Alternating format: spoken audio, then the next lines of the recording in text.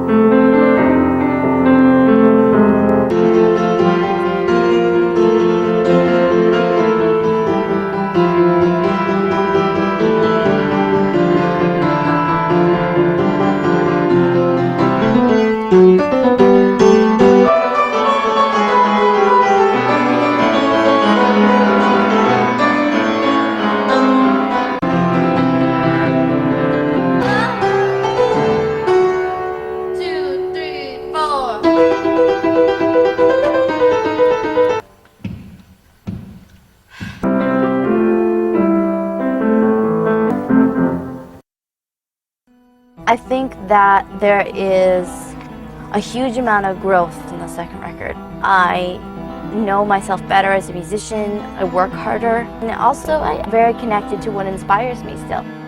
As long as I feel that way, I know I'm on the right path. Just listen. This is what happens when you try to record at freaking Star Wars place.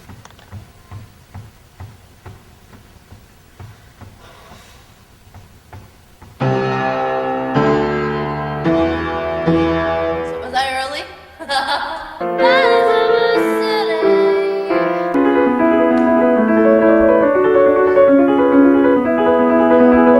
So it goes.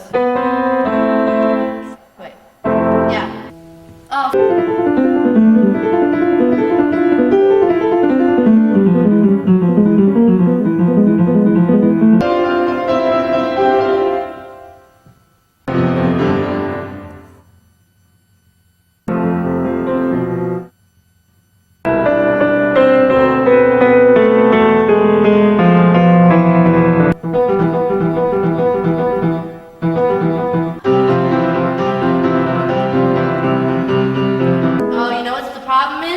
I can't do that. Why? Because I'm playing this chord. I'm playing this chord.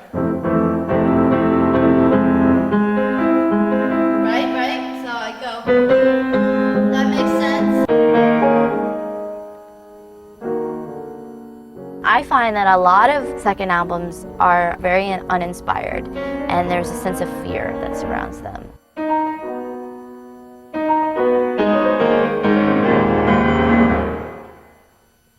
I started playing when I was almost 3. There were certain passages in the pieces that I was learning, whether it was Chopin or Bach, a few measures, a few bars that I thought were incredibly moving. It was just like this moment of transcendence. I think that ends up fueling my own desire to create.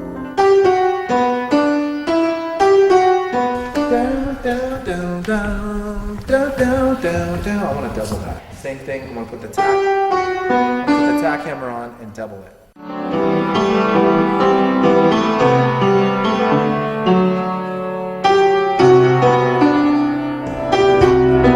That's cool.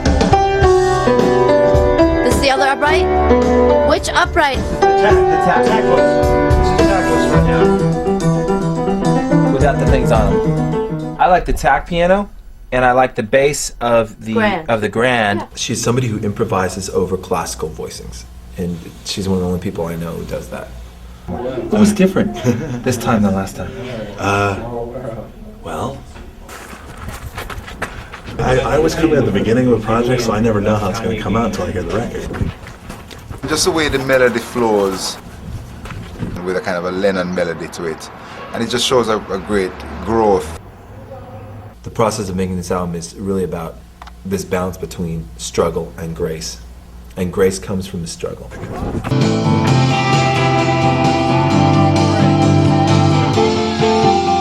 It was cool. She was kind of gothy, and she looked like a darker character. I think she's just different, and that brings more of that element, the goth element, or like the weird fluke element to the surface. I was really intrigued by her and found her to be like comforting on the road because she has that really warm vibe, and she's also like a cool friend and gets weird humor. And she really cares about the art, and I respected that. This is Vanessa doll. Do you think that this?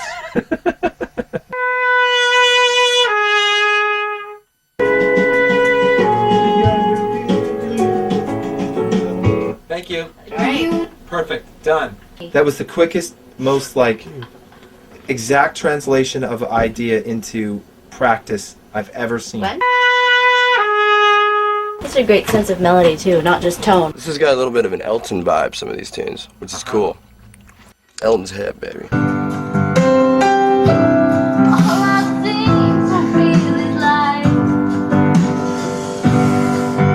Also, working with Orion, he is just a... That's all I have to say about Orion. He's so talented. Oh my God, his instincts, they're just beyond. He's brought these songs up to a level they would have never risen to without him. You know what I mean? Layout, so instead of... Yeah. So it's not too busy. Right. Okay, let's try that. He's always bossing me around, like he's the producer or something. What a scam. Working with Steven is really relaxing.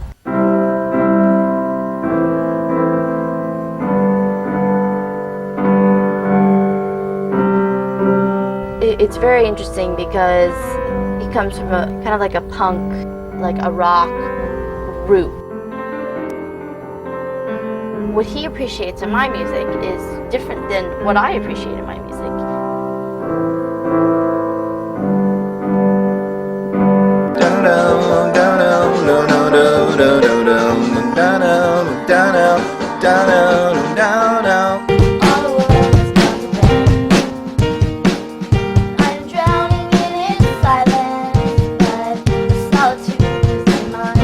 Something like that.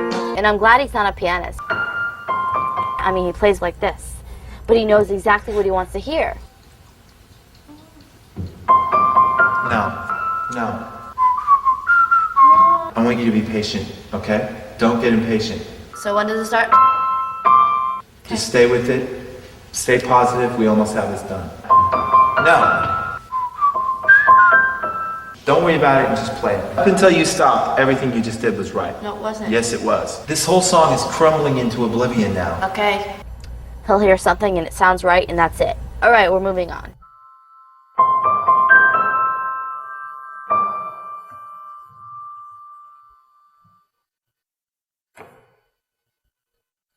Good. We're not doing that again. That's it. Print that one. Beautiful. He's incredibly intuitive and he's really melodic. He's like Mr. Melody Man. He's just really, really great. There's no sense of something so precious and we have to make the right decision. So it's this very organic approach. And so there's a sense of I'm on my ground, I'm on my turf, you're on your turf, and we come together. You've got two sets of notes, right? Da-dum, and then da-dum. Yeah. Don't play the last note. And then it's like two rich bodies that kind of produce this world that's just very fertile. It's a very sexual reference, but anyway, it works out musically. Hey, what a fine leading man he was, as you are here. Are you related to Liz Taylor? And Vanessa, looking right here. Vanessa, right in the center. I don't feel famous. I feel like I have some famous songs. Vanessa, right here, please. Vanessa, right here, please. Vanessa, right here. And Vanessa, right here. Vanessa, look at me, please. Vanessa, right here, please. Vanessa, right here. I think what's unique about some people live for being famous, that's the point of their job, I don't. I've always gotten enough validation from my family and friends where I don't feel like I need to seek it out. But I want my music to reach people, so I have to go through the whole publicity process. I try on clothes and get all dolled up.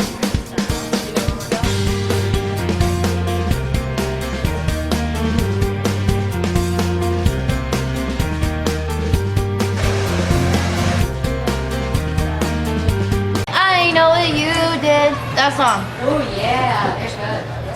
No, what do you mean they're good? Let's go.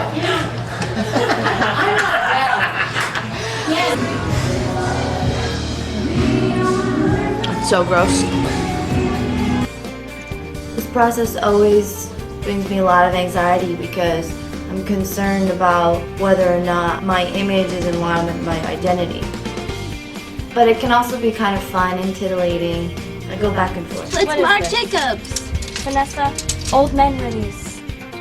At the end of the day, what brings me the most happiness is being able to balance my life in the public with my life with my family and friends and those intimate moments where it's just me.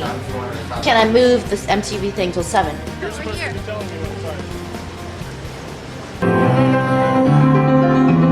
Alright. Thank you. Ma, you should hear "C'est la vie." I'm doing it on a Rhodes, in tremolo, and it's so cool. It sounds Publicity like, stuff is best when it's in New York because I get to go home to my apartment, 7 take Nation breaks, and feel normal.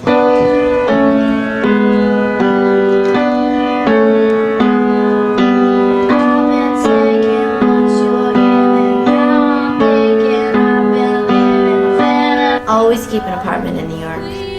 Once a New Yorker, always a New Yorker. Teen People rocks my Oh, you're gonna start with world.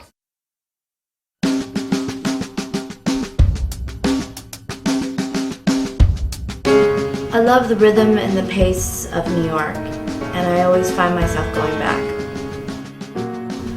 New York can be lonely, but it gives you autonomy and privacy, and it helped me find myself.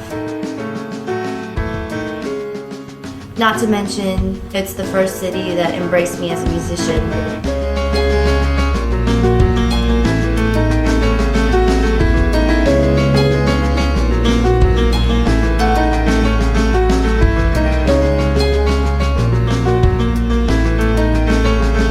What I love about living in New York, aside from the urban life, is the independence that you can have within such a huge city.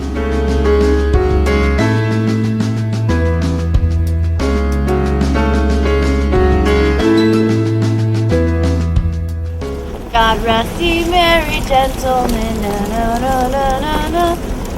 It's a good melody. I don't know really what the hell it means. I just have so many private moments in New York where I feel like I can't really have in any other city.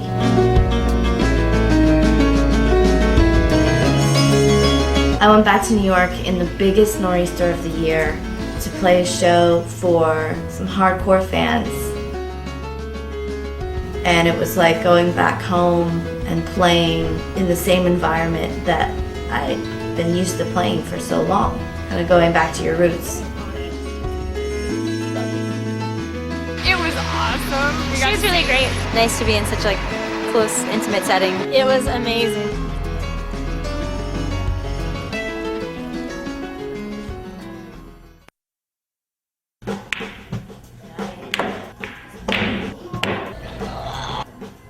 Please acknowledge what a freaking role that you were on and that this is not normal.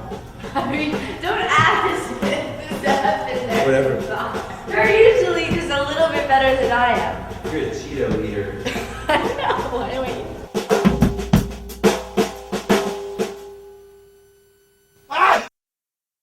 I resisted going to LA to record this record, but when we got there, we found that everything really started coming together very quickly.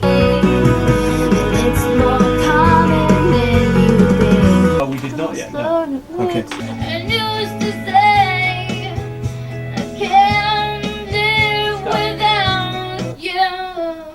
used to say anyway. Do your trick, turn on the stars, Jupiter. And you used to say we won't fade to gray. And who are they anyway? Anyway, never know. She floats. That word, you hold it together in your throat. You know what I'm talking about? But it doesn't sound natural yet. I don't care if you crack it. I don't care what happens to it, but I don't want you to hold back on it at all.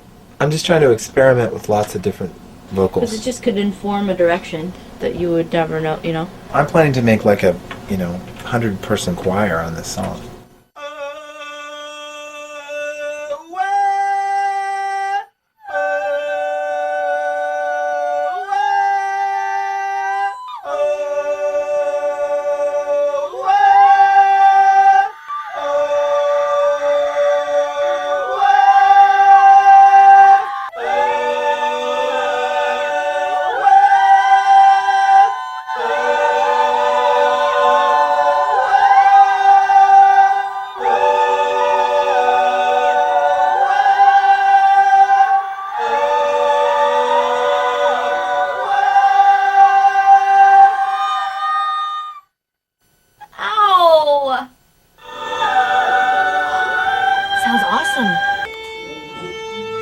String days are fun because I know all the players now.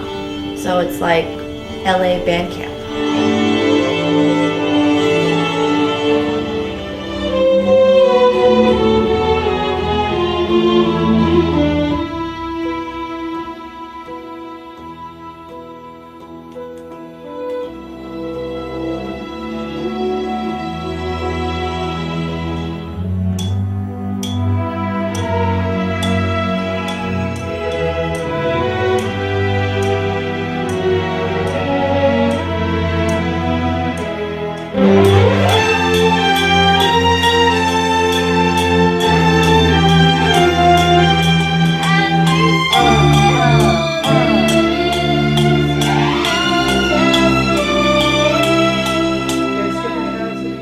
It's a very hard thing to do, to be 22 and to follow up a hit album.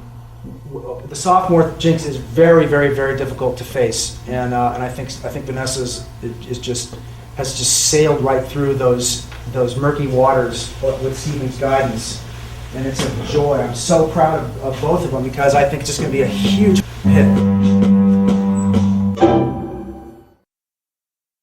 What you're trying to do is push the envelope. Yep.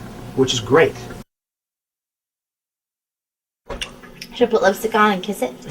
It's My Life, and if you mix Hella Good, the guys... He did. I think that Spike Stint is doing, right now, I mean this always changes, but I think he's the guy who's doing the best pop mixes. I think like It's My Life, every time that comes on the radio, I'm just like, how did he do that? Let's check out Spike, and then Tom Loralgi, which means of course you have to go to Miami.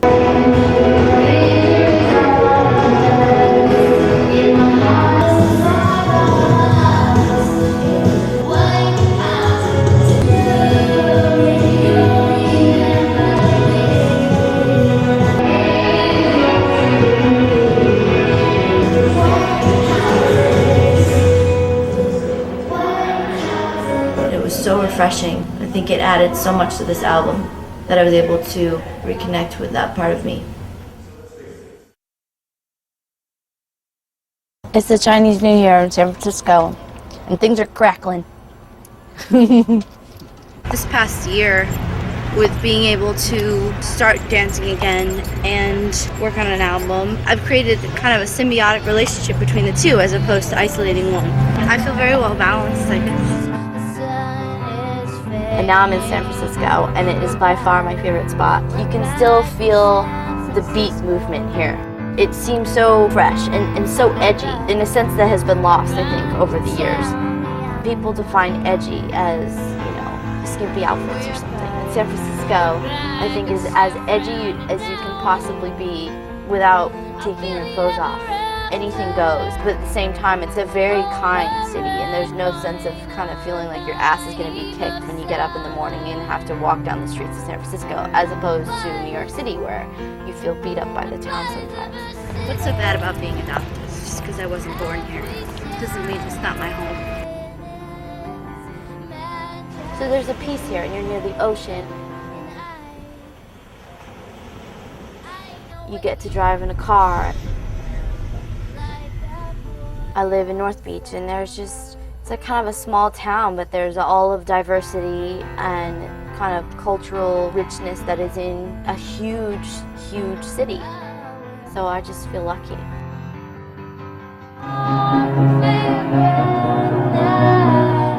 That happens a lot where you sit down and you play to comfort yourself, but it doesn't always pan out into a finished music, finished song. But in that particular day I wrote 2. With the complete and selfless contribution of Stephen. Trying to say, let's get to the thought. By the end of that, Mother don't, but you can get rid of "Well I Say." family are the ones you choose. Mother don't. Tell me your family are the ones you lose. But sometimes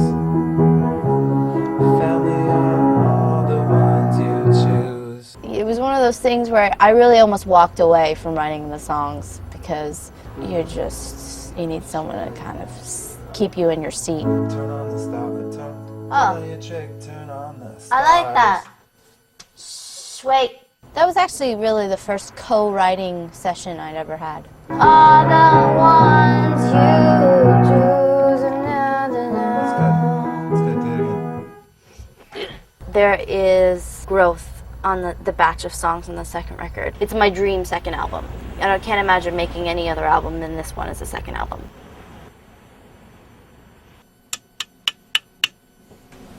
And you have been stalking me the whole time. Sometimes family are the ones you choose. But the thing is, at least it's communicating like the information